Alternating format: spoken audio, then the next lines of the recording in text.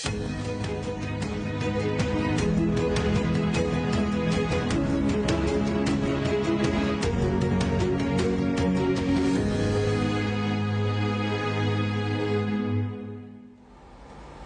gördük, qələbəmiz mübarək, zəfərimizin 5 illiyi mübarək. Bugün Azərbaycanda, Bakı şəhərində zəfərin 5 illiyinə həsr olunmuş tarixi, eyni zamanda ölçüsü olmayan bir parad keçirildi. Bu bizim qələbəmizin həm qeyd olunmasıydı, həm də yeni dövrün çağırışlarına cavab olaraq Azərbaycan ordusunun, silahlı qüvvələrinin və silahlı qüvvələrə daxil olan bütün hərbi heyətin həmişə hazır olduğunu, vətənin keşiyində Azərbaycanın maraqlarını qorumaq uğrunda hər an, hər dəqiqə səfərbər olduğunu bir daha göstərdi. Əlbəttə, bugünkü gündə bizim üçün yaxın, qardaş hesab elədiyimiz ölkə başçılarının da bu paradda iştirakı bir daha Azərbaycan həmrəyliyinin və yaxud da həmrəyliyin Azərbaycan modelinin göstəricisi oldu.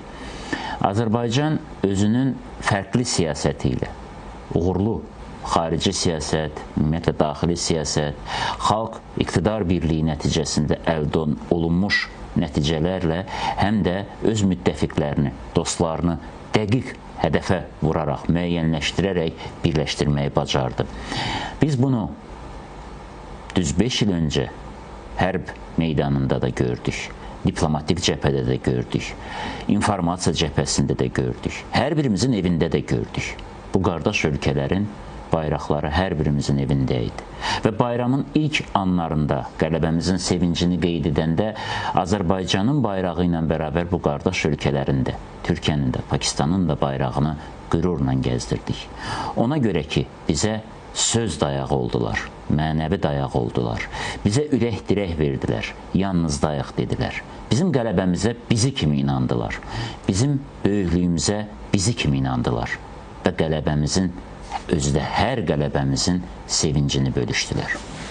Bugün o sevinç bölüşümünün daha bir rəsmi görüntüsünü gördük. Azərbaycan prezidentinin çıxışında bütün bu məqamlar, Azərbaycan xalqının keçdiyi yol, xüsusən də 30 illik mübarizəsi, haqsızlığa uğraması və baş verən hadisələri qısa ekskurs edərək əldə etdiyimiz nəticələri və quruculuğu xüsusilə qeyd etdi. Azərbaycan prezidenti və Azərbaycan xalqı ilə birlikdə, ordusu ilə birlikdə bu 5 ilin sanki bir yekununu, həm də hesabatını verdi. Bu hesabatın içində sözsüz ki, Azərbaycan suverenliyinin bərpa olunması, regiona sülhün gəlişi, ən nəhayət sülhün gəlişi. 200 ildir bu regiondan sülh ümumiyyətlə uzaqlaşmışdı. Fasilələr var idi, amma bu sülh deyildi. Bugünsə artıq sülhün ilk məqamlarını, anlarını, bəzən də artıq aylarını yaşayırıq. Bütün bunun təminatını Azərbaycan verdi, Azərbaycan prezidenti verdi. Əlbəttə, bunun üçün biz qan tökdük. Şəhidlərimizin müqəddəs qanı Azərbaycan torpağına axdı. Qazilərimizin canı, qanı hesabına Azərbaycan öz haqqını, ədalətini bərpa etdi. İndi 5 il keçib. Əslində, bu bizim üçün dünən kimi görünür. Çünki o sevinç, o qürur, o hisslərin özümüzə qayıtması xeyli bir vaxt apardı. Biz 30 il bu həsrəti o qədər gözləmişdik ki, bu həsrətin özünün belə bir saxlanmış yarası var idi. Həm bu yara sağaldı, həm də bu yaranın üzərində və dağılmış şəhərlərimizin, kəndlərimizin, obalarımızın üzərində yeni şəhərlər, yeni yaşayış yerləri tikildi. Yaramız da sağaldı. Bu 5 il ərzində o qədər iş görüldü ki, biz bir qələbənin yerinə bir neçə qələbəni ard-arda aldıq deyə bəzən hər birinə ayrı-ayrı qiymət verməyə heç vaxtımız olmadı. Azərbaycan prezidenti bizi bu 5 ildə böyük qələbələrlə, böyük uğurlarla ard-arda sevindirməyi bacardı. Burada həm hərbi, həm diplomatik, həm iqtisadi, həm sosial, amma ən əsası isə mənəvi qələbədir. Azərbaycan xalqının 50 milyonluq dünyada yaşayan hər bir Azərbaycanın qüruru yerinə qayıtdı. Mənliyi yerinə qayıtdı, başının ucalığı yerinə qayıtdı. Və bunu qaytaran memar, bunu qaytaran sərkərdə, bunu qaytaran şəxsiyyət əlbəttə ki, öz-özlüyündə Azərbaycan möcüzəsi yaratdı. 44 gün ərzində əldə etdiyimiz böyük zəfər və cəmsi 5 il ərzində əldə etdiyimiz bu qədər uğurun əsas göstəricilərindən biri 60 min insanın artıq azad olunmuş torpaqda yaşamasıdır. Uğurun əsas göstəricisi dağılmış və boz bir çöllərə çevrilmiş ərazinin bugün nəqliyyat qovşağına, dünyanın nəqliyyat arteriyasına çevrilməsinin şahidi olmağımızdır. Bundan böyük, bundan qüdrətli heç nə ola bilməz. Bizə bu qüdrəti yaşadanlar var olsun. Əlbəttə, parada hər birimiz qürurla baxdıq, xüsusi qürurla baxdıq. Paradın sonunda Azərbaycan təyyarələri göydə Azərbaycan bayrağının rənglərini bizə təqdim etdi. 90-cı illərdə, məhz 90-cı il 20 yanvara həsr olunmuş Bəxtiyar Vahabzadənin Şəhidlər şeirində belə bir ifadə var idi. Öz qanları ilə üçrəngli bayrağı vətən göylərinə çəkdi şəhidlər. Və bugün o şəhidlərimizin qanı üçrəngli bayraq kimi səmadan bizə baxdı. Bizim qürurumuzun, qüdrətimizin göstəricisi oldu. Bir daha hər birinizin bayramını təbrik edirəm, zəfərini təbrik edirəm. Biz bunu çox gözlədik. Biz bu 5 ili o qədər böyük sevinclərlə yaşadıq ki, nə vaxt gəldi ötdü heç onu da bilmədik. Bugün o sevincin şahidlərini, bax o paradda iştirak edənləri və Azərbaycan dövlətçiliyinin, Azərbaycan yeni tarixinin qürurlu səhifələrində öz payları olan, əslində Azərbaycanda hər kəsin, təkcə bizim əskərlərimizin, zabitlərimizin deyil, siyasətçilərimizin də, diplomatlarımızın da, elə biz jurnalistlərin də həm 44 günlük döyüşlərdə, həm ondan sonraki zəfər günlərində, zəfərdən sonraki diplomatik söz savaşlarında səfərbər olub çiynə vuruşmağı da var idi. Ona görə onları da bax, bu zəfərin qalibləri, bu zəfərin təminatçıları hesab etmək olar. İcazənizlə studiyamızda olan qonaqları təqdim edim və biz müzakirəyə başlayaq. Çünki biz müzakirəmizi bugün bu 5 ilin bir hesabatına həsr eləyəcəyik. Eyni zamanda zəfər tariximizin necə yazılacağını müzakirə eləyəcəyik. Bax, bugün indi söylədiyimiz həyəcanlı, bir qədər də emosiyalarla fikirlər əslində tarix üçün deyil, elə özümüz üçündür, bugünümüz üçündür. Amma sabahımıza irs qoymaq üçün soyuq başla, ağır məntiqlə və faktlara söykənən tarix yazılmalıdır. Bütün bu emosiyalarımızı isə öz çiynində daşıya biləcək, qələbənin hər bir uğurunu, hər bir itkisini gələcək nəsillərə çatdıra biləcək bədii nümunələr olmalıdır və bizim sözümüz olmalıdır. Zəfər günündə sözümüz nədir? Musa Qasımlı, Milli Məclis sədrinin müavini, Məlahət İbrahim qızı millət vəkili, Jalə xanım Əliyeva millət vəkili və Zoom bağlantımızda olacaq, onu da təqdim edəcəm. Xoş gördük sizi, zəfəriniz mübarək. Bugün üçünüz də oradaydınız. Siz o emosiyanız daha çoxdur. Bizlə bölüşün o emosiyaları, zəhmət olmasa. Musa müəllim, sizlə başlayaq. Hər şeydən əvvəl dəvətə görə sizə və televiziyanın rəhbərliyinə minnətdarlığımı bildirirəm. Çox sağ olun.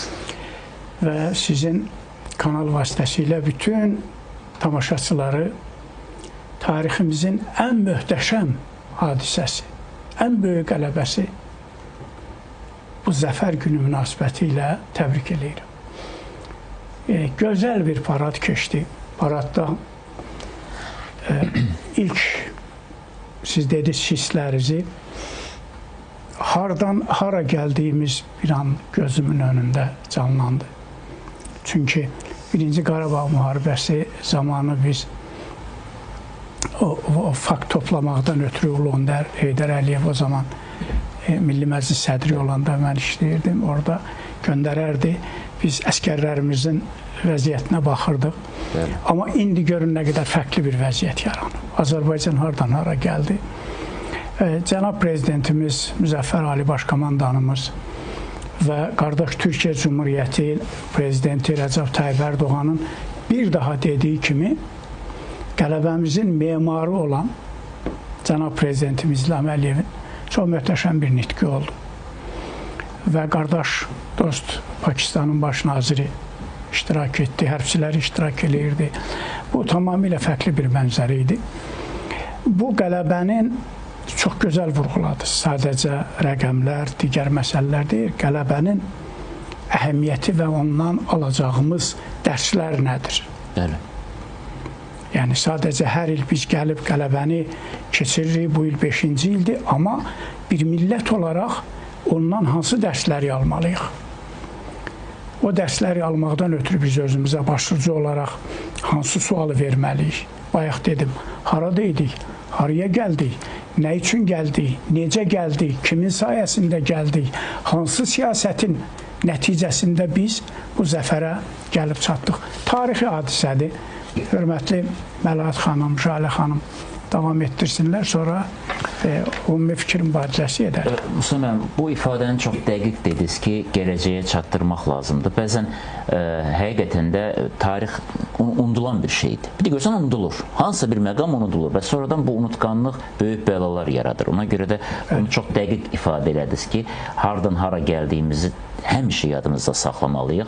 Bizim Zoom bağlantımız da var. Mən icazənizlə təqdim edim. Şahin Bəlisoy Londondan bizlə bağlanır. Şahin bəy, sizin də zəfəriniz mübarək. Biz sizlə də söhbətləşəcəyik bu mövzuda. Hər halda Londondan fərqli bir şeylər görünür. Nələri siz gördünüz deyə soruşacağım. Amma icazənizlə Məlahət xanımdan danışaq. Məlahət xanım, bu meydan çox şeyləri gördü. Bəli. Bu meydan şəhidlərimizin də dəfnini gördü 90-cı ildə, Milli Azadlıq Hərəkatını 88-ci ildə. Bu meydan çevriliş etmək istəyənlərin müxtəlif tamaşalarını gördü. Bu meydan ümummilli liderin ətrafına birləşən 95-ci ildə xalqı da gördü. Bu meydan Azərbaycan zəfərini də gördü və bugün zəfərin 5 illiyini də gördü. Bilmirəm, dünyada bir çox meydanlar var, amma bu qədər dəyişkənlik olan və üzərindən müxtəlif adamların addımladığı meydan ilk dəfə idi ki, bax, bu son 5 ildə ümumiyyətlə biz zəfərlə, qürurla addımlayırdıq, bu öz-özlüyündə, amma ilk dəfə idi ki, 3 dost ölkənin, qardaş ölkənin əskərləri də bizlə çiyin-çiyinə addımlayırdı. Buna qədər Türkiyənin silahlı qüvvələri olmuşdu bizim paradlarda. Amma bu dəfə Pakistanın olmağı artıq fərqli bir mənzərə yaratdı. Mən əslində bu meydanın özünün bir tarixinin yazılması, yəni bilmirəm tarixdə bu sahə var yoxsa yoxdur, amma bu özü bir ayrıca tarixdir. O meydanın tarixi, yox, meydanın hələ tarixidir. Çünki nələri gördü. Və bəlkə də indi ən qürurlu göründüyü vaxt idi o meydanın. Buyurun. Çox təşəkkür edirəm. Mən də fürsətdən istifadə edib sizin efir vasitəsilə bütün tamaşaçıları və eyni zamanda hamımızı, hər birimizi təbrik edirik. Həqiqətən də mən də elə çox hörmətli Musa müəllimin fikirlərinə qatıram ki, bəlkə də tarixdə 200 ildə, 300 ildə tarixin, yəni 20 əsrlik Azərbaycanın şərəfli tarixinin son 200 il, 300 illik tarixində belə bir möhtəşəm tarixi hadisə yoxdur. Və eyni zamanda belə deyək, 2-ci Dünya Savaşından sonra da torpaq ərazi mübahisələri ətrafında davam edən müharibələrdə də hələ bir zəfər qazanan bir xalq yoxdur. Yəni onun həm 200 ilin, həm 300 ilin, eləcə də 2-ci Dünya müharibəsindən sonraki dövrün qəhrəmanı Azərbaycan xalqıdır. Hörmətli lise spikerimiz demiş, bu qələbənin də memarı ulu öndərimizdir və onun inanaraq, onun ətrafında sıx birlik, dəmir yumruq yaratmış Azərbaycan xalqının qəhrəman oğulları, rəşadətli oğulları, qəhrəman milli ordumuzun hər bir əskəri, hər bir hərbisidir. Ona görə biz həqiqətən də bu müharibənin, bu zəfərin Azərbaycan xalqına verdiyi ən böyük, necə deyərlər, nemət deyərdim mən ona, bir strateji, tükənməz nemət, o bizi Azərbaycan xalqının mənəviyyətli və qürurunu özünə qaytardı. Azərbaycan tarixdə də həmişə qürurlu millət olubdur, qürurlu xalq olub, heç uzağa getməyək, bayaq səsləndirdiniz. Azadlıq meydanında o 20 yanvar hadisəsində o qüdrətli deyilən Sovet ordusunun qarşısında Azərbaycan xalqı əli ayağı yalın dirəniş göstərdi.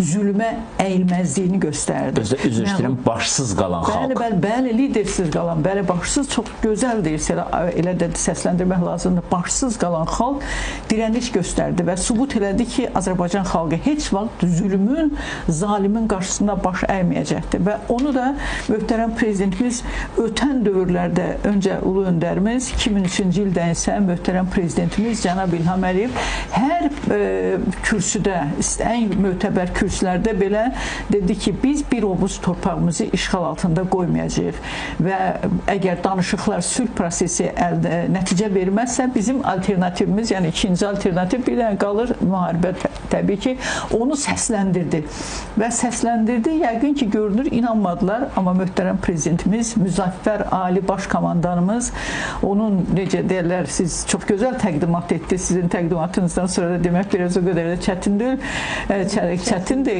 qəhrəman, yəni məğlub edilməz sərkərdə qabiliyyətinlə dünyaya sübut etdi ki, bu xalq həqiqətən də həmin o qəhrəman xalqdır və özü də hər dəfə çıxışlarında bunu qeyd edir ki, biz dünyada elə tərpənməz daşları tərpətdik. Bəli. Yəni bugün də, yəni bugünə qədər 5 il çox gözəl, dəqiq ifadə etdiniz ki, 5 ildə biz çox şeylər gördük və möhtərəm prezidentimiz baxmayaraq ki, zəfərdən 5 il keçib və möhtərəm prezidentimiz savaşın qalibi kimi dünyaya sübut etdisə, yəni öz zəfərini, eyni zamanda sülh masasının da qalibidir. Məlahət xanım, özdə önəmli məsələ nədir? Önəmli məsələ odur ki, sülh hər cür ola bilər. Tarixçimiz buradadır, görkəmli tarixçimiz. O deyir, sülhün çox şəkilləri var, amma ləyaqətli sülhü gətirmək hər liderə qismət olmur.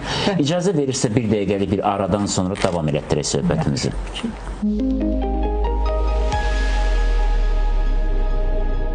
Sərfəli, premium mənzil necə olmalıdır? Premium mənzil alarkən insanların heç diqqət etmədiyi detallardan biri mənzil planının optimallığıdır. Niyə mənzil plan optimal olmalıdır?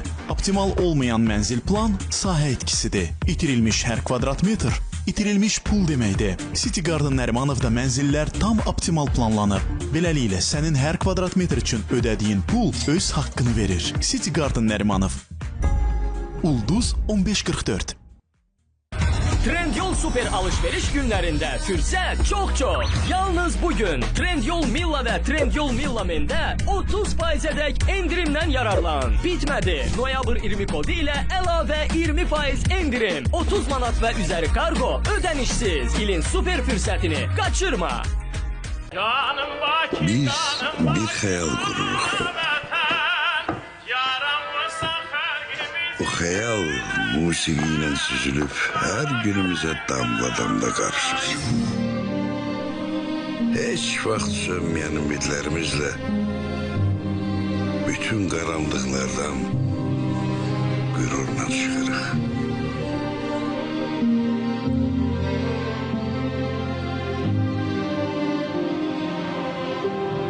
Həyatımızı tükənməyən sevgi ilə inanla işıqlandırırıq. 75 ildir ki sevirik. 75 ildir ki sevilik. Azərbaycanın sevilen suyu 75 yaşında. Her damlasında hayat var. Trendyol Super alışveriş günlərində fürsət çox. Yalnız bugün saatlarda 30%'dək endirimdən yararlan. Bitmədi. Noyabr 20 kodu ilə əlavə 20% endirim. 30 manat və üzəri kargo ödənişsiz. İlin super fürsətini qaçırma. Sumqayıt bulvarında, dəniz sahilində tam təmirli mənzil almaq artıq hər kəs üçün əl çatandır. Sahil parkda mənzillər sənin üçün tam itkisiz və optimal planlanıb. 48 kvadrat metr 2 otaq studiya bu mənzili 30% ilkin ödəniş edərək 10 ilədək ipoteka ilə əldə edə bilərsən. Sən də öz dəniz sahilində mənzil xəyalını reallığa çevir. Ulduz 1544 kristal.az. Noyabrda Trendyolda ödəniş rahatlığı çox. Tez tətbiqə.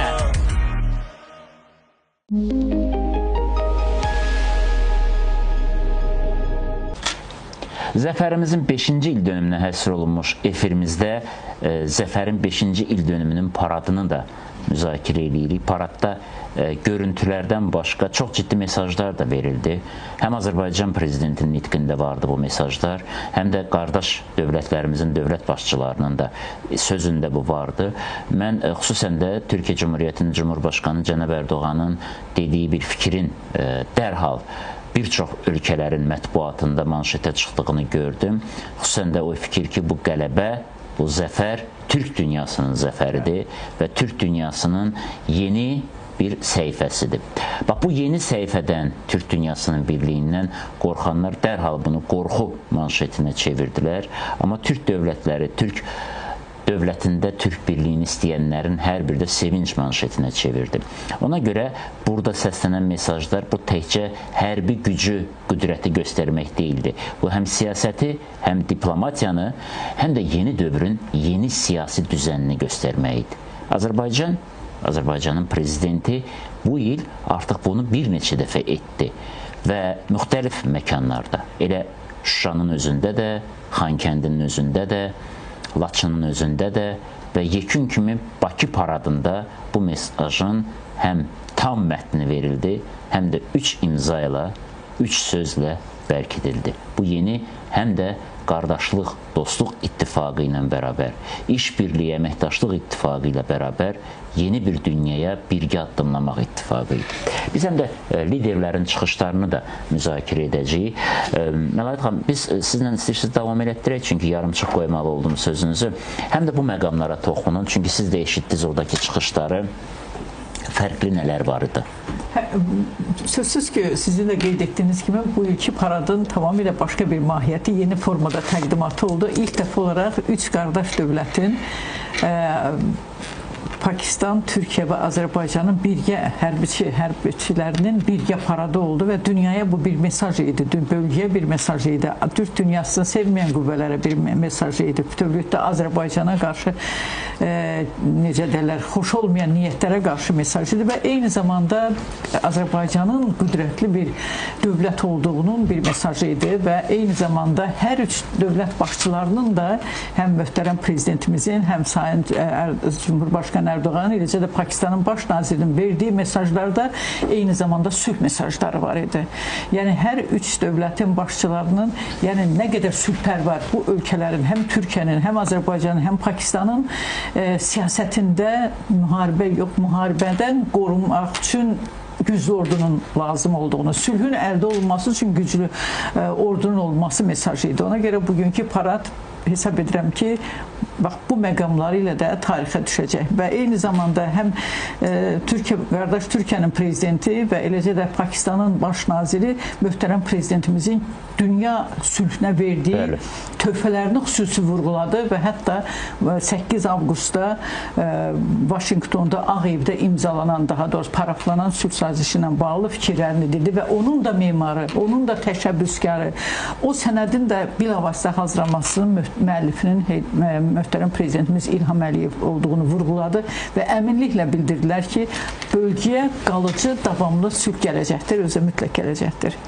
Haqlısınız Məlahət xanım. Şələ xanım, əslində bu paradda ləyaqətli sülh məsələsini Pakistanın baş naziri də qeyd etdi. Mənə elə gəlir ki, bizim qardaş ölkələrin dövlət və hökumət başçıları, orada başqa ölkələrdən nümayəndə heyətləri vardı. Amma Türkiyə və Pakistan əliboş gəlməmişdilər. Pakistan Hindistanın təcavüzünə qarşı ləyaqətli bir cavabı ilə gəlmişdi. Türkiyədə ən nəhayət terrorsuz Türkiyə nəticəsi ilə gəlmişdi. Bu illər ərzində Pakistan xalqı da çox əziyyətlər çəkdi. Bu illər ərzində Türkiyədə vətəndaşlar, əskərlər, ümumiyyətlə Türkiyə bütövlükdə əziyyət çəkdi. Terror adı altında sırınmış bölücülük siyasəti, üzr istəyirəm, azadlıq adı altında sırıdılmış, Türkiyənin boynuna keçirilmiş bu terrorçu qrupların yaratdıqları o faciəyə ən nəhayət son qoyuldu. Mən bunu da böyük bir qələbə, zəfər hesab edirəm. Türkiyə xalqı bu zəfər üçün nə qədər qan tökdü və 30 ildən artıq bu acıları yaşayan bir xalq kimin biz bilirik bu nə deməkdir. Elə Türkiyədə təxminən bizdən biraz çox bu terrorun acısını yaşadı. Pakistan da yarandığı gündən Hindistanın daim təqibləri, təcavüzü, söz, su, yəni hər cür əlində olan imkanlarla təcavüzlərini görür və daim döyüş vəziyyətindədir. Bu bizim deyəsən alnımıza biçilib bu xalqların. Bizim qonşulardan bəxtimiz gətirmir. Bizim uğurumuzu gözü götürməyənlərimiz çoxdur və ona görə də məhz ona görə biz silahlanırıq ki, özümüzü ləyaqətlə müdafiə eləyə bilək. Biz silahlanmırıq ki, kiminsə torpağını əlindən alaq və yaxud da suyunu kəsək və yaxud da çörəyini kəsək. Heç bir vaxtda kimisi nə çörəyini kəsdik, nə yolunu kəsdik və ilk addımımızı da baxmayaraq ki, qalib idik, baxmayaraq ki, sülh sazişi hələ paraflanıb, hələ Ermənistan verdiyi əsas vədlərin yerinə yetirilməsində bir xeyli ləngiyir, amma onların çörək yolunu kəsmək yox, açdıq. Yəni, bu özü də böyük bir jest idi və bu mənada bizi bu tali də birləşdirir. Buyurun, Jalə xanım. Təşəkkür edirəm. Əvvəla mən də həm dəvətə görə təşəkkür edirəm, həm də bu möhtəşəm gün münasibəti ilə, bu böyük zəfərimizin 5-ci il dönümü münasibəti ilə bütün xalqımızı, bizi izləyən hər bir tamaşaçını təbrik eləmək istəyirəm. Biz həqiqətən də böyük bir qürur yaşayırıq, böyük bir xoşbəxtlik içərisindəyik. Ölçüyə gəlməz bir sevincdir bu. Biz biraz əvvəl paraddan gəlirik, biraz əvvəl canlı şəkildə izləyib gəldik hörmətli həmkarlarımla birlikdə və bu möhtəşəmliyi gözümüzlə gördük, qonaqlarımızın sevincini gördük, onların bizə ünvanlanan mesajlarını gördük, sevinç gözyaşlarını gördük hətta. Bax, bunu belə gördük və öz gözyaşlarımızı da haradasa saxlaya bilmədik. Çünki bilirsinizmi, biz 5 il bundan əvvəl həqiqətən sözün əlsin mənasında artıq mümkün olmayacaq kimi gələn bir amili biz mümkün etdik. Gəlin, həqiqəti danışaq. Və nəyin sayəsində etdik?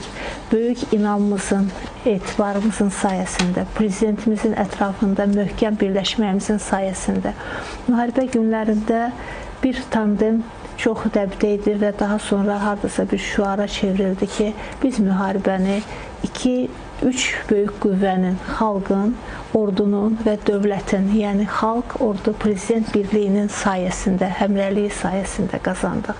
Biz müharibəni böyük inamımız, o torpaqlara olan böyük həsrətimizə qovuşmağımızın ümidi ilə, inamı ilə irəliyə atılaraq qazandıq. Və bunlar çox əhəmiyyətli məsələlər idi. Biz müharibədə həmin günlərdə, hətta belə deyək ki, hər zaman ölkəmizə qarşı çox tərəfli, ikiyüzlü standartlardan çıxış edən ölkələrin hərbi mütəxəssislərinin, jurnalistlərinin belə etiraf etdiyi kimi hərb tarixində mümkün olmayan bir taktika ilə, bir strategiya ilə biz torpaqlarımızı yenidən qazandıq, yenidən əldə etdik. Elə ərazilərimiz oldu ki, hətta bir güllə belə atmadan, bir şəhid belə vermədən biz torpaqları geri ala bildik. Bu əlbəttə ki, çox əhəmiyyətli məqamlar idi və həmin günlərdən çox qısa bir müddət sonra böyük zəfərimizin 8 noyabrda elan edilməsindən cəmi 6 gün sonra biz Şuşaya zəfər yolu çəkməyə başladıq. Yəni bu həqiqətən də heç bir yəqin ki 30 ildən artıq müharibə, münaqişə şəraitində yaşayan heç bir ölkədə mövcud olmayan bir belə deyim ki amil idi. Həm müharibə aparırsan, həm ölkəni inkişaf elətdirirsən, həm münaqişə zamanı müharibəyə hazırlaşırsan, eyni zamanda da müharibə bitər-bitməz sən böyük quruculuq işlərinə başlayırsan, nəhəng quruculuq işlərinə başlayırsan və bu son 5 ildə Qarabağımızda həyata keçirilən işlər bəlkə o demokratiya ənənələri ilə, böyük inkişaf ənənələri ilə sinəsinə vuran, döyən ölkələrin bəlkə 50 ildə, 100 ildə qət edə bilmədiyini biz etmişik. Və hər dəfə həmin o zəfər yolu ilə işğaldan azad olunmuş torpaqlarımızın üzərindən keçdikcə, orada gedən o möhtəşəm işləri gördükcə əlbəttə ki, sinən qabarmaya bilmir. Nə yaxşı ki, mən Azərbaycanlıyam, dəfələrlə deyirsən, nə yaxşı ki, mən bu ölkənin vətəndaşıyam, nə yaxşı ki, mənim ölkəmin belə bir rəhbəri var, belə bir lideri var və nə yaxşı ki, bu ölkə öz liderinə inandı, gözlədi, gözlədi və lazım olan məqamda öz sözünü xalq olaraq, ordu olaraq, dövlət olaraq deməyi bacardı. Bəli, bugün paradda, biraz əvvəl izləyirik də, Türkiyə Respublikasının prezidenti, Pakistan prezidenti çıxış etdilər və bir daha qardaşlığın, dostluğun nümunəsini ortaya qoydular. Bu sadə sözlər deyildi. Bəli, çox gözəl qeyd etdiniz. Türkiyə illərdən bəri zorla münaqişənin, müharibənin eşiyinə sürüklənib. Eşiyinə sürüklənməyib, elə içində olub. Pakistan eyni zamanda, Azərbaycan eyni zamanda. Nədir görəsən günahımız? Nədir problem? Nəyə görə belə qonşular bizə dediniz, çox gözəl retorik sual verdiniz, nəsib olub. Bilirsinizmi, qonşular nəsib ola bilər, amma bu qonşuları yönləndirənlər daxı oldu, tarix boyu olub, bugün də var və əmin deyilik ki, sabah da olmayacaq.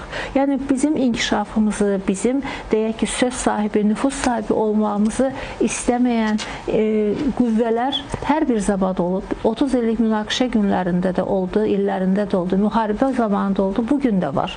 Amma biz möhkəm dayanmışıq. Cənab Prezident bugün tribunadan hər birimizin böyük alqışına səbəb olan dəfələrlə tarixi kəlmələr söylədi və birini də artıq təkrar söyləyirdi, amma bu çox əhəmiyyətli məqam idi. Deyirdilər ki, Bakıya tanklarla, silahlarla gələcək. Deyirdilər ki, Bakıda çay içəcək. Gəldilər, amma haraya gəldilər? Onların silahlarını, sursatlarını yerləşdirdiyimiz muzeyə gəldi onların silahları. Çayı harda içdilər? İstintaq təcridxanalarında içirlər. Bunlar, bilirsiniz, çox güclü bir dövlətin və güclü bir dövlət başçısının dünyaya verdiyi mesajlardır. Bu mesajın arxasında həqiqətən də möhkəm bir iradə dayanır, möhkəm bir güc dayanır, möhkəm iqtisadiyyat dayanır və gələcəyə inamlı bir baxış dayanır. Cələ xanım, bir məqam var və mən istəyirəm bunu mütləq, bu mənim gəldiyim şəxsi qənaətdir. Prezidentin dediyi o söz, o demək deyir ki, biz qisasımızı aldıq. O demək deyir ki, biz onların cavabını verdik. Yox, biz o tankları ora gətirməklə, o hərbi cinayətkarları istintaq təcridxanasında çay içməyə məcbur etməklə biz ədaləti gətirdik. Bax, bizə 30 il adını eşitdiyimiz, üzünü görmədiyimiz ədaləti görürük.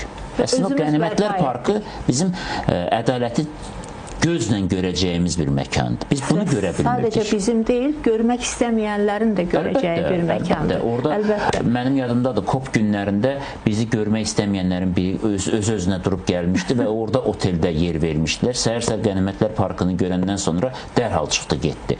Ürəyi dözmədi, yəni götürə bilmədi o görüntünü. Yəni bu oldu. Bu Amerikanın çox məşhur, yəni ermənipərəst, ermənilərin dostu və qardaşı olan şəxs idi. Yəni bütün bunlar ədalətin göstəricisidir. Zaten biz Birləşmiş Millətlər Təşkilatının qətnaməsinin cənab Prezidentin də söylədiyi kimi, haqlı olaraq söylediyi kimi tək başına özümüz yerinə yetirdik. Ədalətimizi sübut etmək üçün, haqqımızı sübut etmək üçün. Hətta 30-dan da çox. Çünki 88-ci ildən başlayaraq o meydanda biz ədalət istəyirdik. Əvvəl istəyirdik Topxanada başlayan o ədalət mübarizəsi, Qarabağın ədaləti, Azərbaycanın müstəqilliyinin ədalət istəyirdik və gördük ki, özümüzdən başqa heç kim bizə heç kim ədaləti deyəcək, haqqında danışacaq, amma özünü göstərməyəcək. Azərbaycan prezidenti bunu bizə göstərdi və təbii ki, ədalətin də nümunələridir. Biz heç kimdən qisas almırıq. Bizim heç o barədə düşüncəmiz də yoxdur, bizim qisasçılığımız da yoxdur. Biz sadəcə olaraq ədaləti bərqərar elədik. Mən istəyərdim Şahin müəllimdən bir neçə məsələni də icazənizlə müzakirə edeyim. Əslində, siz silahları da gördünüz. Bizim ordumuza daxil olan yeni hərbi birləşmələrdən tutmuş yeni silah növlərində gördünüz.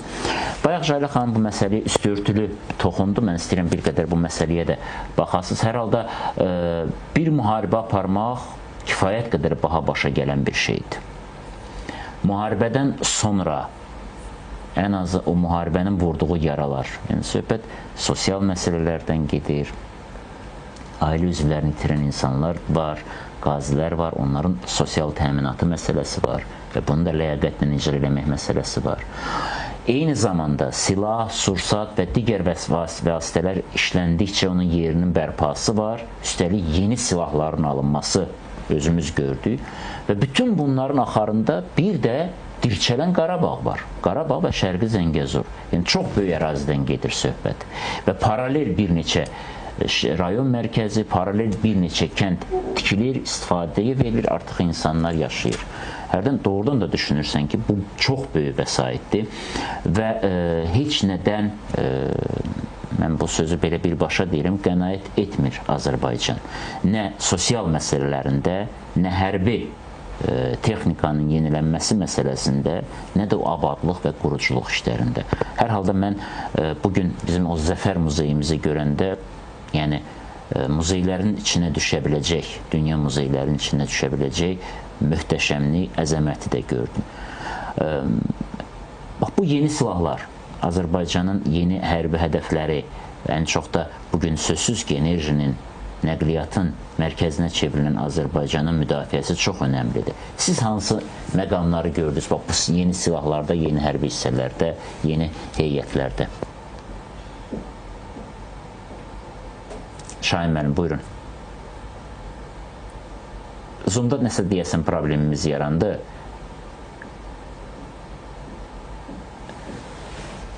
Musa müəllim, deyəsən Zoomda bizim problemimiz yarandı. Mən bu sualı əslində Şahin müəllim cavablandıracaq.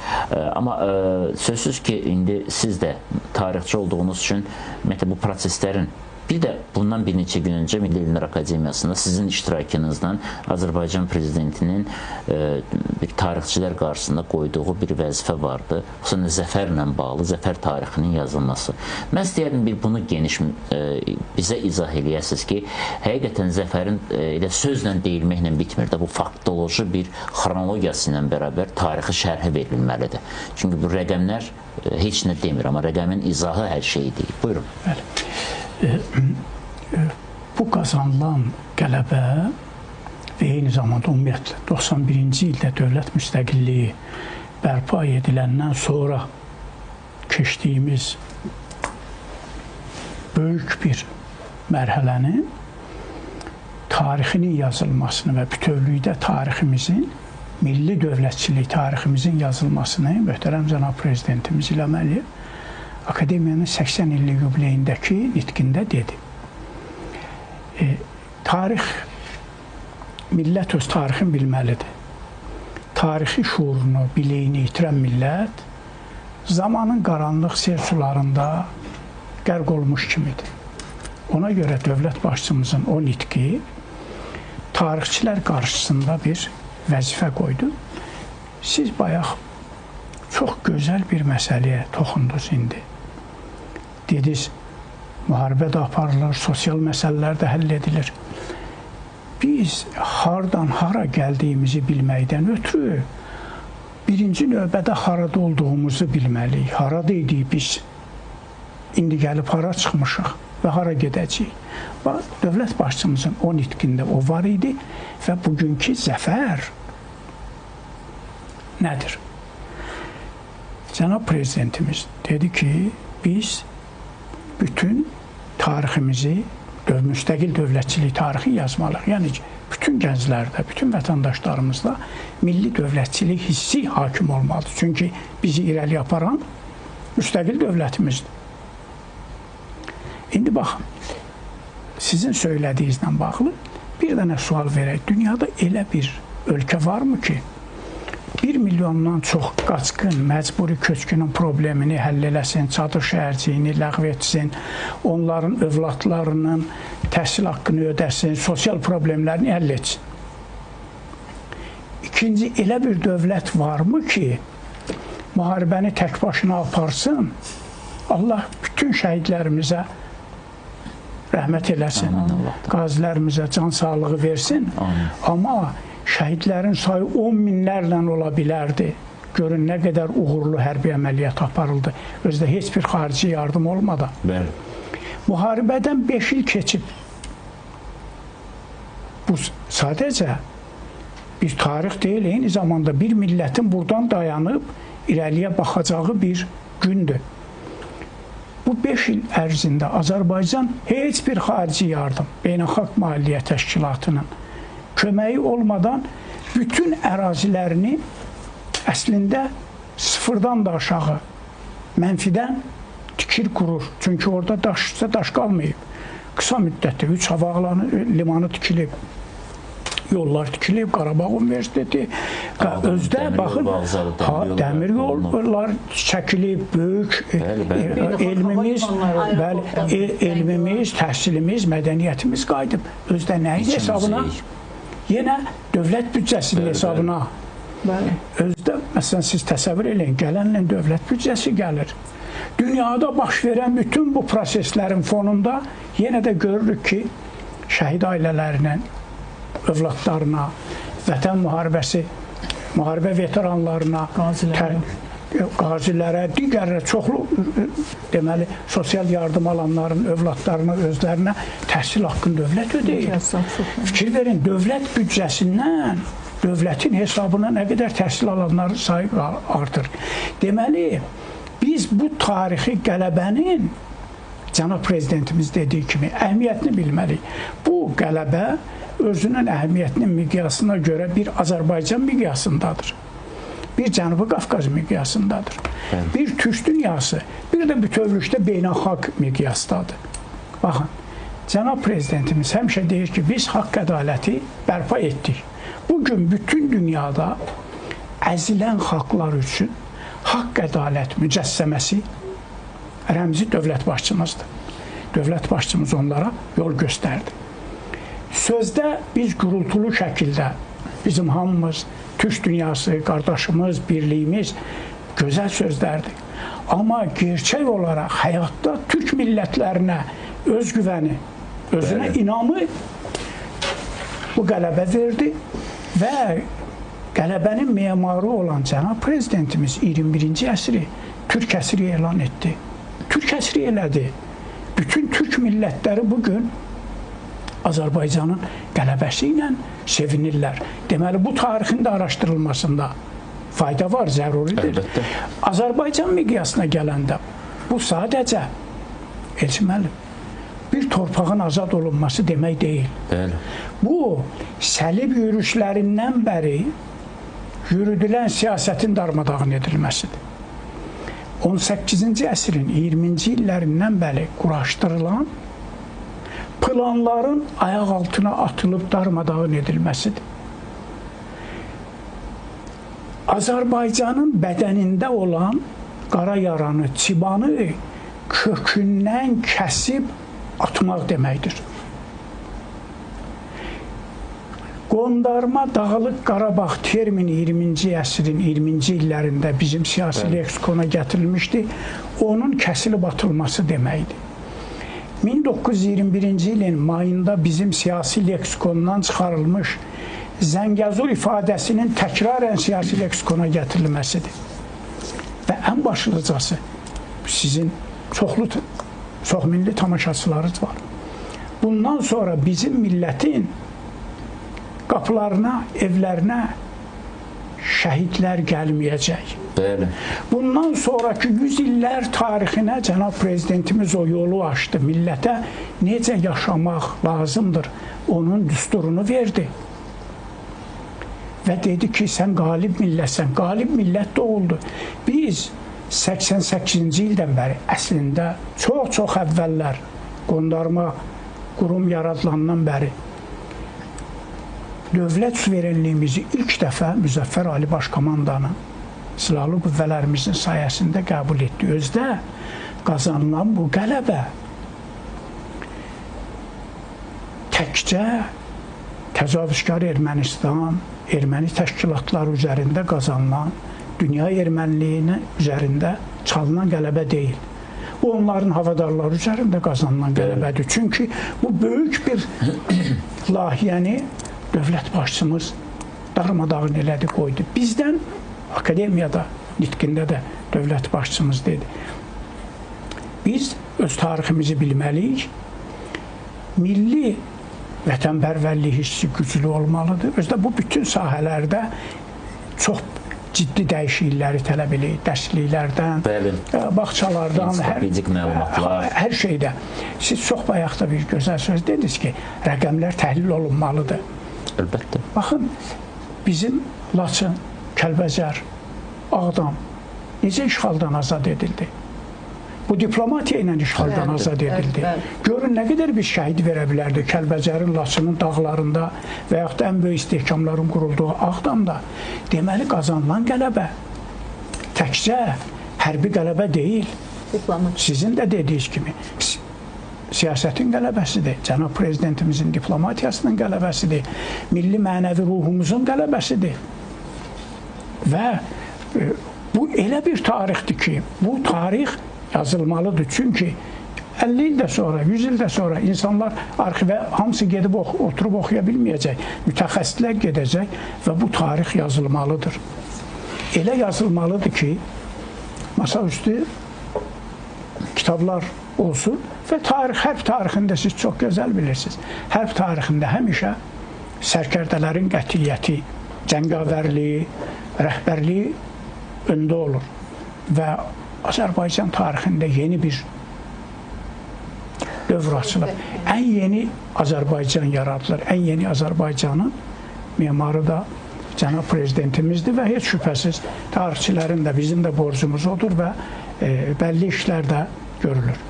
Haqlısınız. Əlbəttə, mən hər üçünüzə təşəkkür edirəm. Çünki bugün böyük bir bayramdan, paraddan elə vaxt edib bizim verilişə gəlirsiniz və bu hissi, bu emosiyanı bölüşməklə bərabər, gördüklərinizi bölüşməklə bərabər həm də bir təhlilini, sanki arayışını veririk biz tamaşaçılarımız üçün. Çünki hamı hər şeyi görə bilməz. Biraz da emosional baxanda ümumiyyətlə detallar qaçır, amma orada çox ciddi detallar var idi və bu detallardan ən önəmlisi, Musa müəllim, siz bunu qeyd etdiniz, mən də narahat edən həmişə bu idi ki, mən tarixin unudulması üçün çox şeylər etdilər bizim üçün. Unudun, geçsin dedilər. Amma Azərbaycan təbliğatı ideologiyası, ümumiyyətlə Azərbaycançılıq ideologiyası kimi milli lider tərəfindən əsası qoyuldu və davam etdirildi.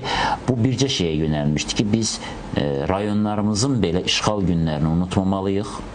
Biz Xocalı soyqırımını, digər bölgələrdə baş verən Ermənistanın cinayətlərini, Ermənistan hərbiçilərinin cinayətlərini unutmamalıyıq. Çünki unutsaq, 18-ci ildə soyqırımını unutduğumuz kimi biz unutmamışdıq, bizi unutturmuşdular. Və onun üzərində bir dostluq parkı açıb bizi orada gəzdirirdilər. Biz növbəti dəfə şəhid verəcəyik. Siz bayaq qeyd etdiniz, biz artıq neçə aydır ki, Azərbaycanda heç kimin evinə şəhid gəlmir, ateşkəs pozulmur, ən nəhayət sülh gəlibdir. Bu özü 30 il ərzində, tutaq ki, onun bir neçə ilinin müharibə oldu, sonra ateşkəs dövründə nə qədər qanlar töküldü. Amma bu biz arxayın salmamalıdır. Sabah yenidən kimsə bizə qarşı silah qaldıra bilər. Ona görə unutmamalıyıq. Nə itkimizi, nə məğlubiyyət anlarımızı, nə o məğlub günlərimizi, nə də əlbəttə ki, böyük zəfərimizi. Şahin müəllim, deyəsən, rabitəmiz bərpa olundu. Xahiş edim, bayaq verdiyim sualı, əgər ehtiyac varsa bir daha təkrarlayayım, ona aydınlıq gətirərdi. Çünki Azərbaycanın həm də yeni hərbi silahlarını gördük orada. Yeni hərbi hissələri də vardı, yəni orduya cəlb olunmuş. Bunlar sizdə hansı təəssürat oyatdı? Ümumiyyətlə, istəyərdim bir hərbi, siyasi yöndən baxasınız məsələyə. Dəyərli İlkin bəy, sizin simanızda bütün əziz millətimizi, dəyərli millət vəkillərimizi, Məlahət xanımı, Musa bəyə, Jalə xanımı, hər birinizi Zəfər bayramını təbrik edirəm.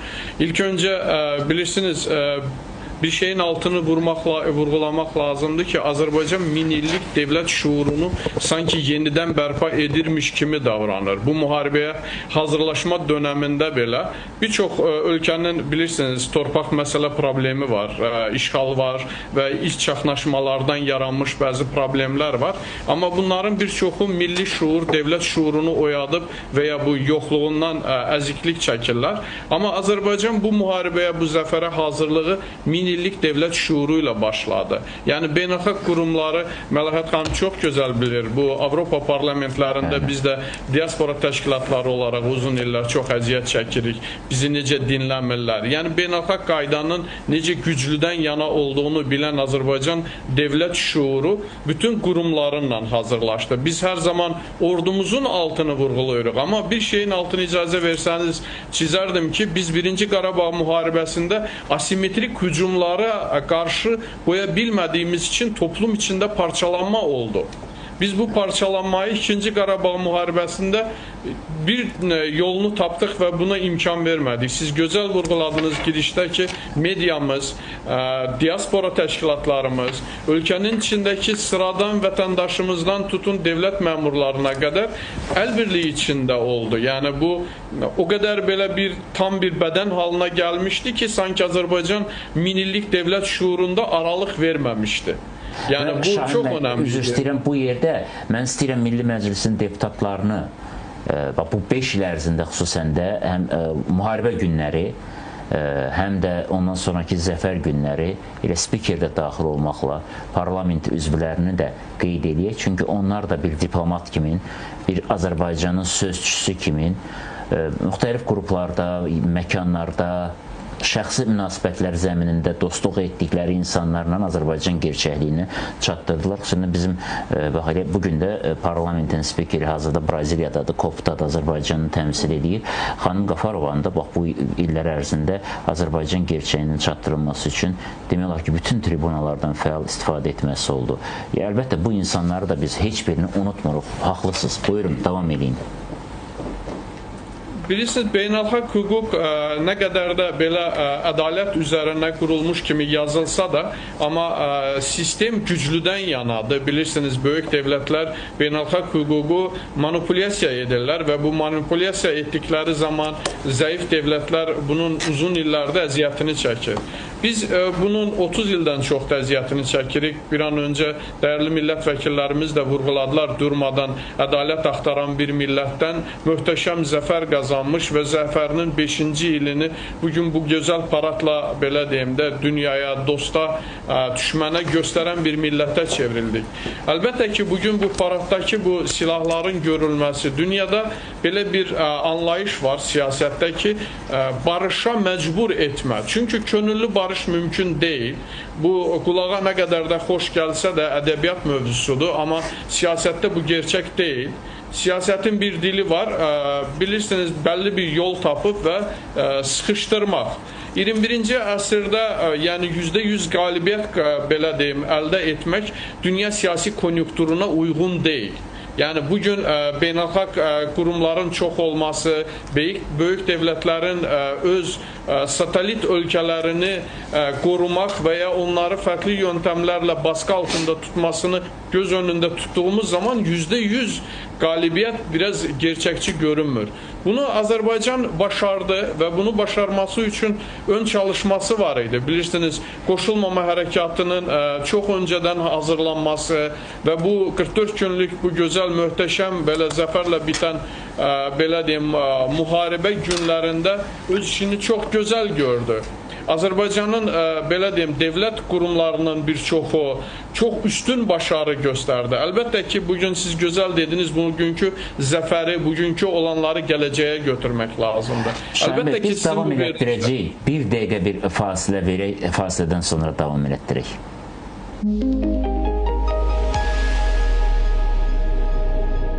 Sərfəli, premium mənzil necə olmalıdır? Premium mənzil alarkən insanların heç diqqət etmədiyi detallardan biri mənzil planının optimallığıdır. Niyə mənzil plan optimal olmalıdır? Optimal olmayan mənzil plan sahə itkisidir. İtirilmiş hər kvadrat metr itirilmiş pul deməkdir. City Garden Nərimanovda mənzillər tam optimal planlanıb. Beləliklə, sənin hər kvadrat metr üçün ödədiyin pul öz haqqını verir. City Garden Nərimanov. Ulduz 1544. Onun inanılmaz qoxusu var. Yad adam! Yad adam! Mən də dəniz qulduruyam. Baxın, nə tapdım? Bu Old Spice'ın yeni 24-7 qalıcı dezodorantıdır. Heç kimin qoxusu belə uzun müddətli gözəl qala bilməz. Mən dəniz atındayam. Trendyol Super alışveriş günlərində fürsət çox. Yalnız bugün Trendyol Milla və Trendyol Milla Men'də 30%'dək endirimdən yararlan. Bitmədi. Noyabr 20 kodu ilə əlavə 20% endirim. 30 manat və üzəri kargo ödənişsiz. İlin super fürsətini qaçırma. Baksel'dən şans paketi al, Porsche Cayenne avtomobili qazan. Qazanmaq üçün Ulduz 3 diyez yesiyer.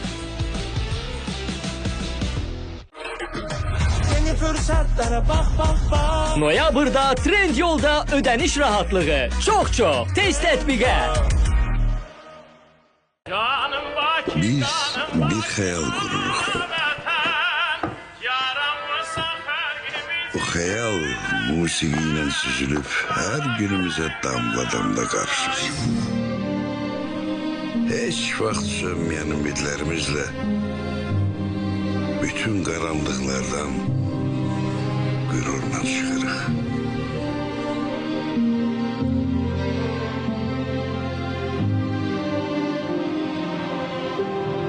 Həyatımızı tükənməyən sevgi ilə inanla işıqlandırırıq. 75 ildir ki sevirik. 75 ildir ki sevilik.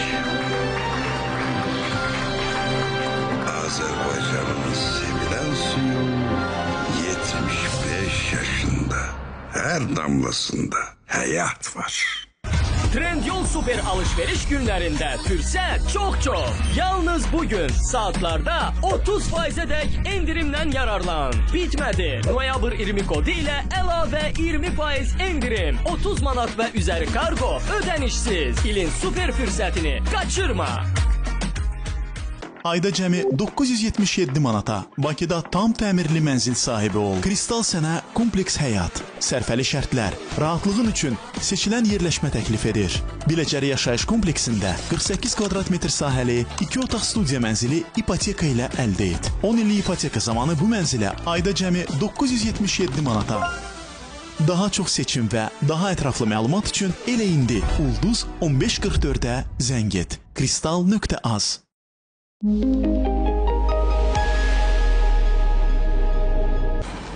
Müzakirəmizi davam elətdirək. Məlahət xanım, burada bir məqam var və mən istəyirəm bu məqama da elə fürsətkən sizi biraz hər dəfə efirə dəvət edə bilmirik. Tədbirləriniz çox olur, görüşləriniz çox olur.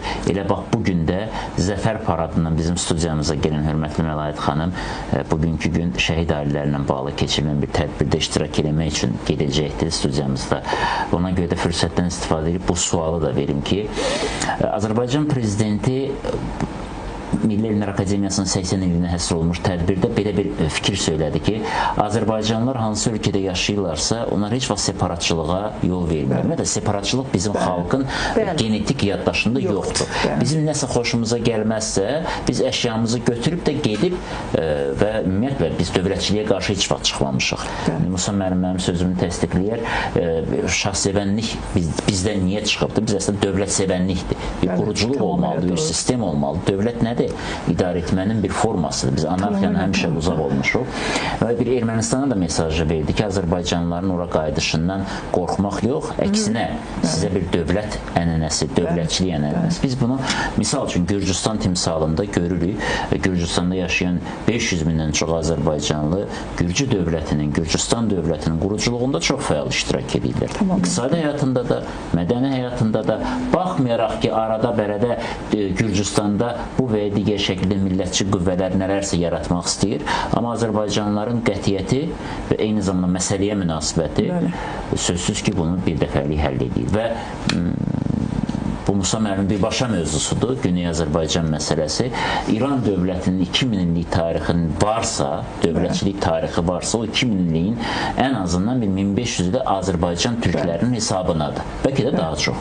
Və bugün də İran dövlətinin əsası hərbi baxımından da, qüdrət baxımından da bütövlükdə orada yaşayan bizim soydaşlarımızın hesabınadır. Yəni, Qərbi Azərbaycanlıların qayıdışı 4-cü respublika qurmaq istəyən Paşinyan üçün yeganə çıxış yoludur. Çünki dövlət və dövlətçilik ənənəsini biz onlara öyrədəcəyik. Bugün onların əlində olan kilsə və hansısa diasporaların marionetindən alıb bir dövlətə çevirmək şansı var və bunu da biz eləyə bilərik. Məncə Azərbaycan prezidenti həm də onu dedi. Yoxsa mənə elə gəlmə, biraz emosionalam bu məsələdə. Buyurun. Həqiqətən də çox möhtərəm prezidentimiz Milli Elmlər Akademiyasının 80 illik yubileyində bir çox məsələlərə toxundu, özü də çox önəmli. Belə deyək də, qarşıdakı dövr üçün prezidentimiz bütün sahələrdən, iqtisadiyyatdan tutmuş, eləcə də bəlbəli, ədəbiyyata, Azərbaycan dilinin qorunmasına, yeni tarixin yazılmasına, necə ki, yeni tariximiz uzun illərdir ermənilər tərəfindən daha doğrusu saxtalaşdırılıb və erməniləri dəstəkləyən qüvvələr və bütün və eyni zamanda Azərbaycan xalqının əsl portretini təqdim etdi və dedi ki, Azərbaycan xalqı başqa xalqlardan fərqli olaraq separatizm infeksiyasına heç vaxt yoluxmayıbdır. Yəni, bu sözləri möhtərəm prezidentimiz ifadə etdi. Çox gözəl dediniz ki, qonşu cənubda İranın elə həmin 2000-dən artıq deyək ki, özlərinin söylədiyi kimi dövlətçilik tarixinin şanlı səhifələrini Azərbaycan türkləri yazıblar və bugün də İranın prezidentinin Bizsiz qurduqları rejimlər də o qədər idbar olubdur ki, o qədər tarixi baxımdan ləkəli olubdur ki, onu silsələr yaxşıdır tarixdən. Və yaxud da ki, siz Gürcistanı dediniz, mən Gürcistandan da öncə mən Rusiyanı deyərdim. Bugün Rusiyada indi fərqli statistika var, fərqli rəqəmlər var. Tutaq ki, 1 milyona yaxın Azərbaycanlı Rusiya iqtisadiyyatına böyük töhfə verir. Hər kəs bilir ki, Rusiyanın demografik mənzərəsində etnik rusların sayı çox azdır və xüsusilə də getdikcə də, yəni bu müharibə Ukrayna-Rusiya müharibəsinə görə deyil. Neçə illərdir Rusiyanın, necə deyirlər, demografi məsələsində minus məsələsi var. Yəni ki, doğum ölümdən daha azdır. Yəni bu nöqteyi nəzərdən Azərbaycanlıların o əmək Rusiyanın iqtisadiyyatında, Rusiyanın əmək bazarında Azərbaycanlıların böyük rolu var. Nə qədər Azərbaycanlılara qarşı... Mən eləyim, Dağıstan çox bilirsiniz ki, etnik cəhətdən zəngin bir ölkədir, yəni muxtar dövlətdir.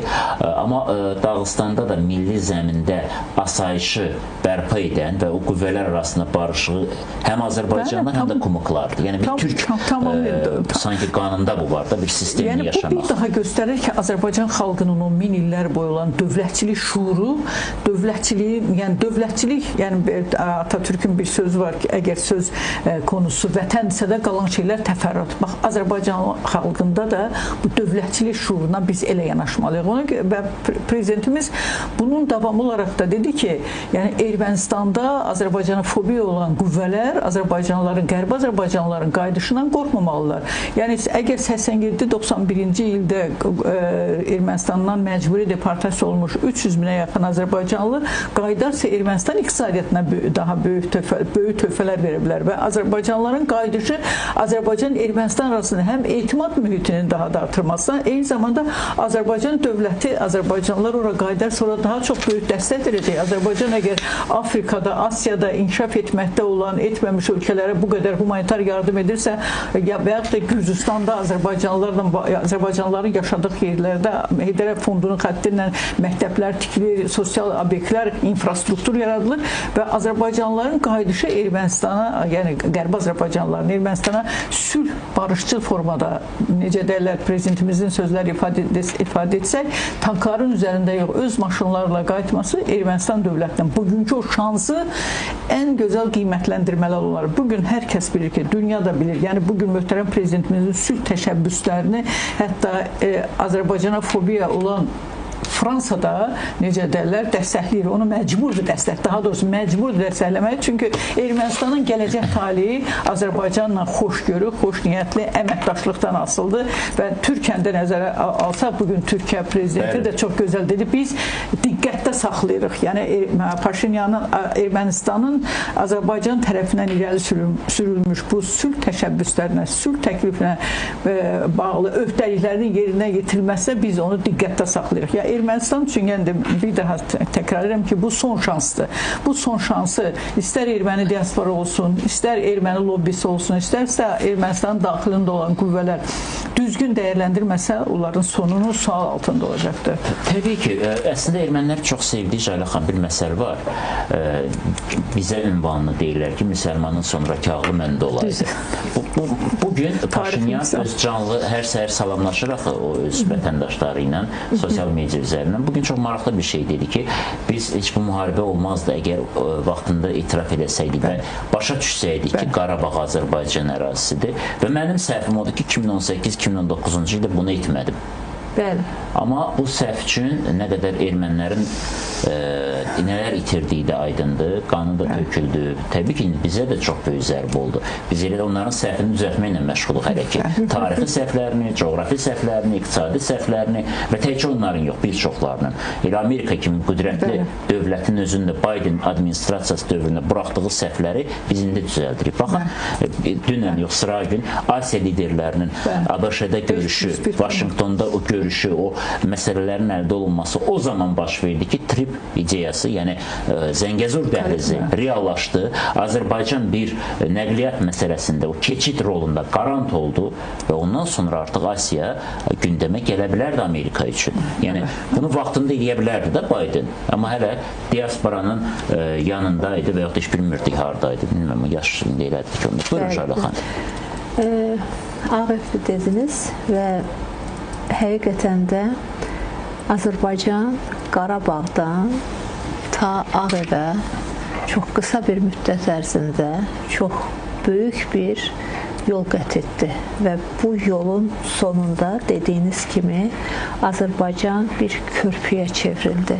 Azərbaycan cənubu şimala, şərqi, qərbə bağlayan logistik bir mərkəzə çevrilmişdir artıq və Azərbaycan bugün bütün dünyanın diqqət mərkəzindədir və təbii ki, Ermənistan rəhbərliyi də artıq illərdən bəri səhv yolda olduğunu və bu yolun birinci növbədə öz xalqı üçün gərəksiz olduğunu görür, anlayır və bunu etiraf etmək məcburiyyətindədir. Bu gözlənilən bir, deyək ki, həqiqətin etirafı idi əslində və bu belə də olmalı idi. Və biz, siz bayaq verilişin əvvəlində əhəmiyyətli bir məqama toxundunuz ki, biz bugün Ermənistana, deyək ki, qapımızı açıq tutmuşuq. Yəni, deyək ki, layihələrə də, birlikdə yaşamağa da və biz bunu elə müharibənin ilk günlərində də etdik. Bugün biz 5-ci ilimizin paradını yaşayırıqsa, 5 il bundan əvvəl dekabr tarixində, 10 dekabr tarixində biz yenə də Azadlıq meydanındakı ilk paradımızda belə orada həm cənab prezident İlham Əliyevin, həm də Türkiyə prezidenti cənab Ərdoğanın dilindən Ermənistana bir jest edildi. Bəli, biz layihələrdən də, görülən işlərdən də Ermənistanı kənarda qoymaq fikrimiz yoxdur. Buyursunlar. Biz illərdən bəri həm bölgəyə, həm dünyaya sülh arzulayaraq irəliyə çıxmış, yaşamış bir ölkə olmuşuq. Bizim heç bir dövlətin torpağında gözümüz olmayıb. Biz heç bir ölkə ilə müharibə aparmamışıq. Biz öz torpağımızda öz həqiqətimizi bərpa eləməyə çalışmışıq. Öz torpağımızda öz ədalətimizi bərpa etməyə çalışmışıq. Öz vətəndaşımızın, öz insanımızın tapdalan haqqını bərpa etməyə çalışmışıq. Onları yenidən öz torpaqlarına qaytarmaq üçün 30 il sülh danışıqlarına ümid etmişik. Əlbəttə. Amma bütün bunlar mümkün olmadı və bugün də elə paradda möhtərəm prezidentimizin dilindən bir daha səsləndi. Bəli, biz gözlədik, biz səbirlə gözlədik. Biz 30 il gözlədik, bu münaqişənin sülh yolu ilə həll olunacağına ümid bəslədik. Amma olmadı. Yerinə yetirilmədi. Heç bir qətnamələr, heç bir qərarlar yerinə yetirilmədi. Bu müharibənin, bu münaqişənin həlli üçün yaradılan beynəlxalq təşkilatların qrupları, Minsk qrupu, deyək ki, bölgəyə ancaq turist səfərləri etdi. Bütün bunlar gözümüzün önündə baş verdi. Bəli, Musa müəllimimizin hörmətli tarixçimizdir. Biz tarixin ən dərin səhifələrinə belə deyim ki, nəzər sala bilərik. Amma tariximizin son səhifələri, son 30 illik, 35 illik səhifəsi hər birimizin gözümüzün qarşısında vərəqlənən səhifələrdir. Və biz hər birimiz haradasa o tarixin canlı həm şahidləri, həm də yazarlarıyıq o tarixin. Gözlərimizin qabağında bütün həqiqətlər baş verir. Və biz haradan haraya gəlib çıxdıq. Biz 30 il hansı problemləri yaşadıq, hansı mübarizələri apardıq, meydanda tək qaldıq. Bəli, bir neçə dostumuzdan başqa bugün ilk gündən etibarən yanımızda olan Türkiyə, və bir neçə ölkənin xaricində Azərbaycana ikili standartlar həyata keçirdilər. Azərbaycanın həqiqətini görmədilər. 1 milyondan çox qaçqınının yaşadığı vəziyyəti görmədilər. Azərbaycanın işğal altında qalan torpaqlarını görmədilər. Dağılıb yerlə yeksan edilən abidələrini görmədilər.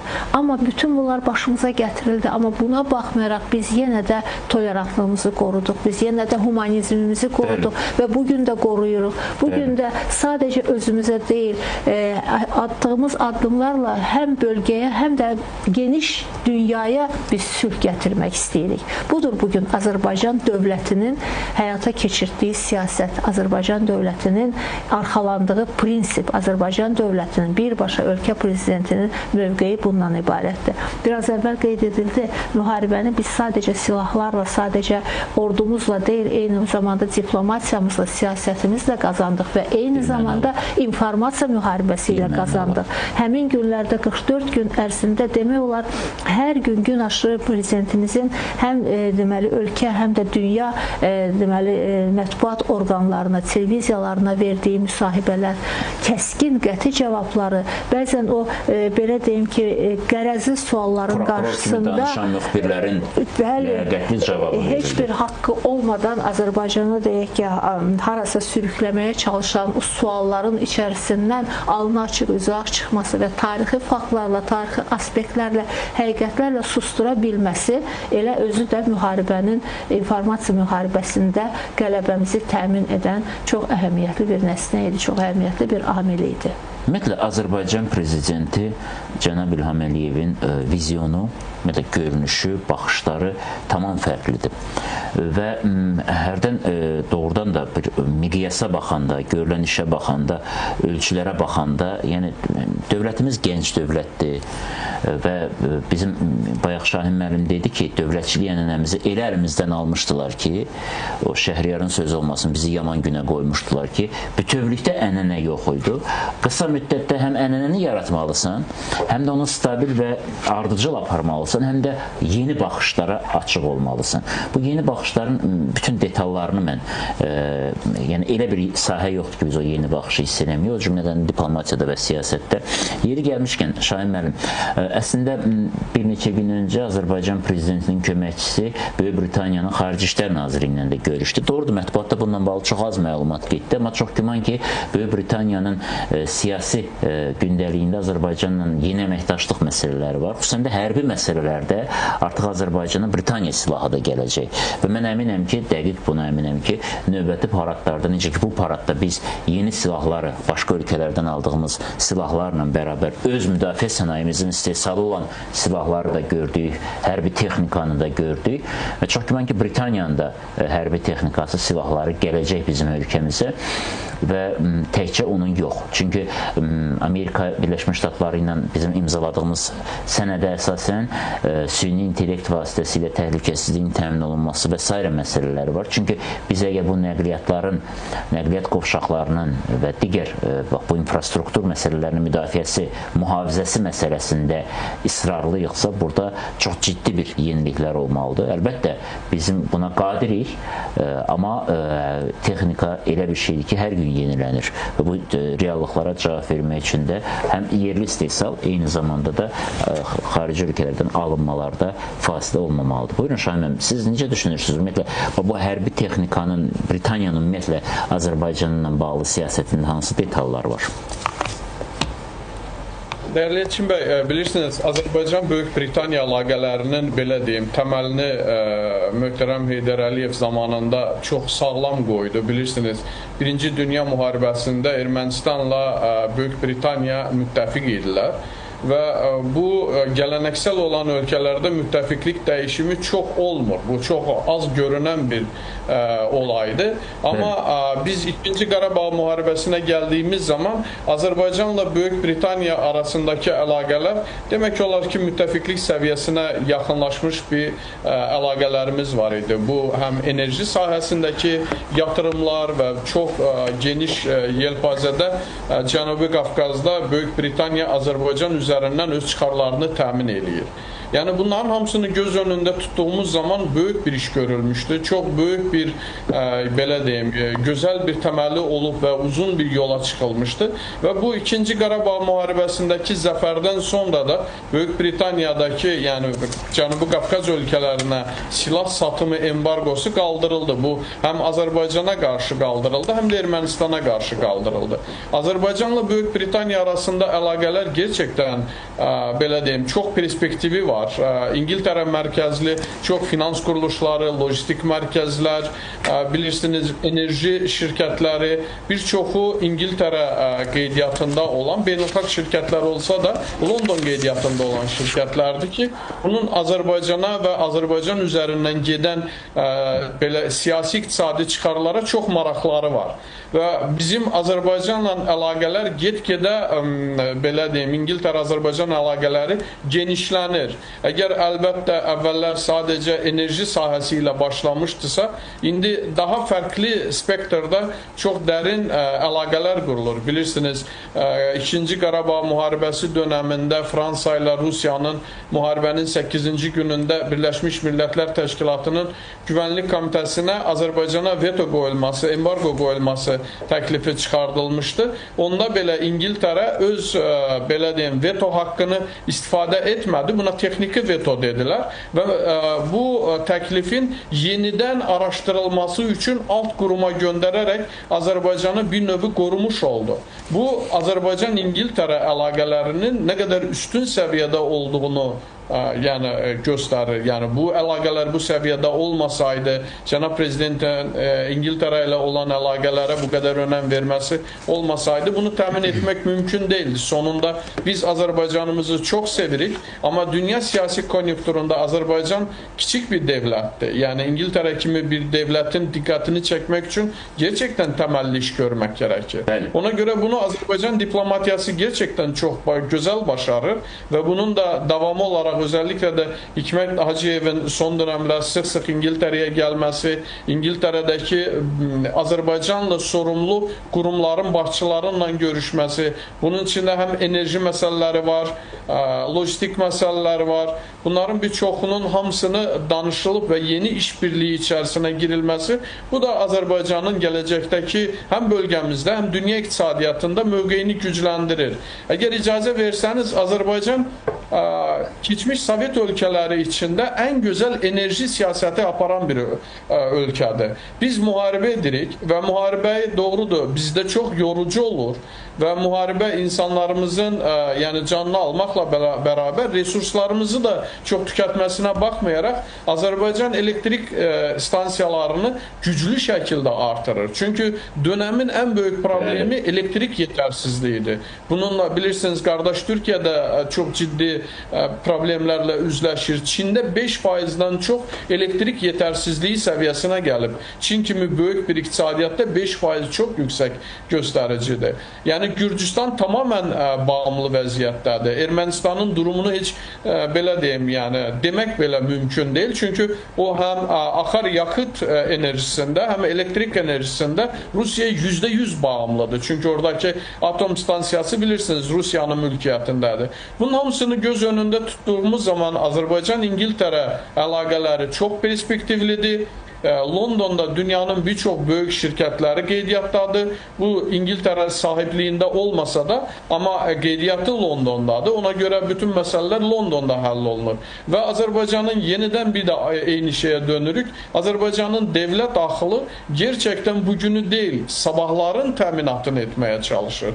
Azərbaycanı gerçəkdən sabah Azərbaycandakı fabrikaların motoru sönməməsi üçün, Azərbaycanda istehsal olunan malların xaricə çıxması üçün lojistik kanalların önünü açır və Azərbaycanın başqa ölkələr üçün də fırsat bölgəsi, özəlliklə də əgər icazə versəniz, ODKB üzvü Qazaxstanın Azərbaycanın yəni zəfərinin 5-ci ilində Qazaxstanın müdafiə naziri orada iştirak edirdi. Bu nonsens olan belə olaylardır. Yəni gerçəkdən bu Azərbaycan diplomatiyasının devlet axılının üstün belə başarısıdır. İngiltərə açısından baxsaq da eyni durumdayıq.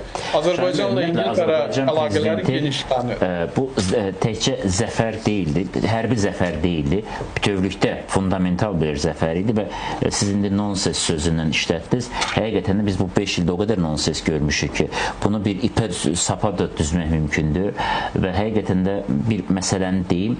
Bugün Azərbaycanda 5 illiyimizi qeyd edirik zəfərin və əlbəttə ki, bu paradın əks-sədası çox yerlərə gedib düşüb. Elə Ermənistan cəmiyyətinə də Serj Sarkisyan ənənəvi olaraq yenidən ittihamlara başlayıb və Paşinyana ünvanlı deyib ki, niyə itiraf eləmirsən ki, müharibənin ilk dəqiqələrində 60% hərbi hava hücum qüvvələri məhv edildi. O da cavabına deyib ki, bu sənin dövründə alınmış silahlardı və heç bir də işləmirdi, heç bir şeyə də yaramırdı. Amma əslində bir gerçək var və bu gerçək bugün Musa müəllimlə bayaq biz bunu belə demək istəyirdik ki, hərb tariximizin həm də bir fəlsəfəsi var. Tarixin fəlsəfəsi ayrıca bir elmdir.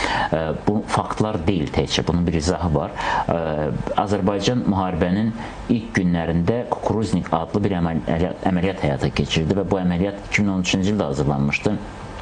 7 il çox məxfi saxlanılan bir əməliyyatdır və bu əməliyyat nəticəsində cəmisi bir neçə saat ərzində Kukuruzniklər uçaraq Ermənistanın bütün hərbi hava qüvvələrinin yerlərini müəyyənləşdirdikdən sonra pilotsuz uçuş aparatları ilə darmadağın elədilər. Nəticədə həqiqətən də 60% Ermənistan aviasiyası artıq tamamilə sıradan çıxmışdı və bunu tarixdə misli görünməmiş hadisə kimi müqayisə edirlər. Hətta bunu bəziləri Vyetnamda ovçu qatil konsepsiyasının daha üstün və daha düzgün hesablanmış, yerinə yetirilmiş əməliyyat kimi deyirlər. Bax, bu da hərb tarixidir. Amma bu sadəcə mən indi söylədiyim terminlər izahsız bir faktdır. Əlbəttə, bax, bunlar qələmə alınmalıdır, çünki dərsliklərə düşməlidir. Eyni zamanda heç nə yox, elə pilotsuz uçuş aparatları vasitəsilə Aypara əməliyyatımızın özü bir ayrıca mövzudur. Amma əsas tariximiz o qəhrəmanlarımızdır. Şəhidlərimizin taliyidir, qazilərimizin bizə yaşatdıqlarıdır, onların zəfəridir və bugün Azadlıq meydanı öz görmədiyi qüdrətini gördü. Təkrar 5 illiyini qeyd elədiyimiz bu zəfərin o qüdrətinə bir uzaqdan baxmaq imkanı var. Və bu da həqiqətən böyük işlərə uzaqdan baxanda və hadisələrə də tarixin gözü ilə baxanda onun möhtəşəmliyi görünür. Həqiqətən də düşünürsən ki, 5 il qabaq biz bunun içindəydikmi, biz bunu yaşayırdıqmı? Çünki həmin anda onların bəzən hiss eləmirsən detalına qədər. Və bugün ən möhtəşəm mənzərələrdən biri əlbəttə 3 liderin bərabər olması və bu 3 liderin önündən Azərbaycan ordusunun, qalib Azərbaycan ordusunun, qələbə bayraqlarının, döyüş bayraqlarının keçməsi oldu və onun yanında da qardaş Pakistanın və Türkiyənin bayraqlarının keçməsi oldu. Bundan gözəl mənzərə ola bilməzdi və var olsun bu mənzərəni bizə yaşadanlar, bu hissləri bizə yaşadanlar, bu günləri bizə yaşadanlar. Sizin qarşıda zəfərimizin, Azərbaycan konstitusiyasının, Azərbaycan dövlət bayrağının günləri gözləyir. Bir neçə gün sonra dövlət bayrağı günümüzdür, yəni cəmisi bir gün sonra və bunun bayramlarını qeyd edirik. Ondan da bir neçə gün sonra konstitusiya günümüzdür. Bunun da bir yubileyidir və bu qədər möhtəşəm tarixləri əlbəttə biz hər birimiz öz içimizdə yaşatmaqla bərabər sözümüz çatan yerə, əlimiz çatan yerə də çatdırmalıyıq. Hər halda bu emosiyalarla fərqli bir Azərbaycana qədəm qoyduğumuzu anlamalıyıq. Görüşərik.